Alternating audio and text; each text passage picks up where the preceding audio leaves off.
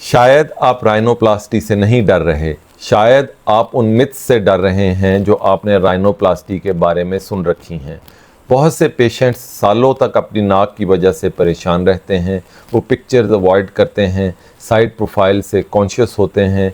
किसी को हम्प पसंद नहीं होता, किसी को टिप पसंद नहीं होती, किसी को नाक टेढ़ी लगती है और कुछ पेशेंट्स को सांस लेने में भी मसला होता है। लेकिन इसके बावजूद वो ट्रीटमेंट डिले करते रहते हैं क्योंकि राइनोप्लास्टी के बारे में बहुत सी गलतफहमियां मौजूद हैं।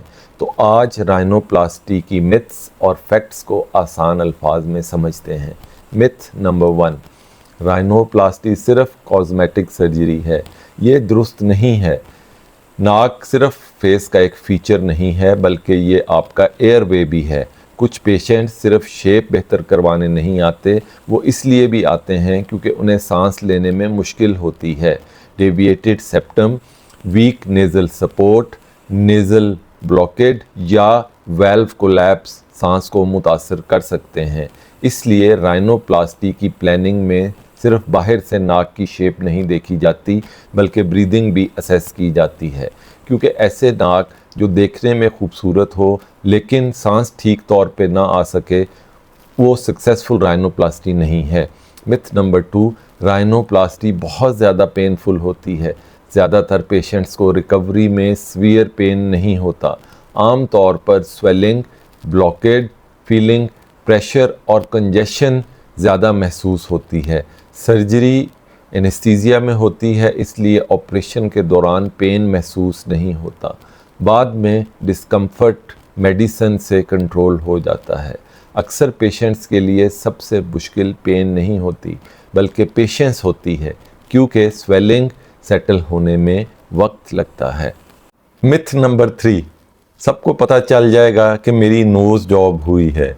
ये बहुत कॉमन फियर है। अक्सर पेशेंट्स कहते हैं, डॉक्टर मैं पिंच नोज़ नहीं चाहता, बहुत ज़्यादा टिप एलिवेटेड ना लगे, मेरा फेस डिफरेंट ना लगे। ये फियर बिल्कुल अंडरस्टैंडेबल है, लेकिन मॉडर्न राइनोप्लास्टी का मकसद हर एक को एक जैसी छोटी स्कूप्ड आर्टिफिशियल नोज़ देना नहीं है।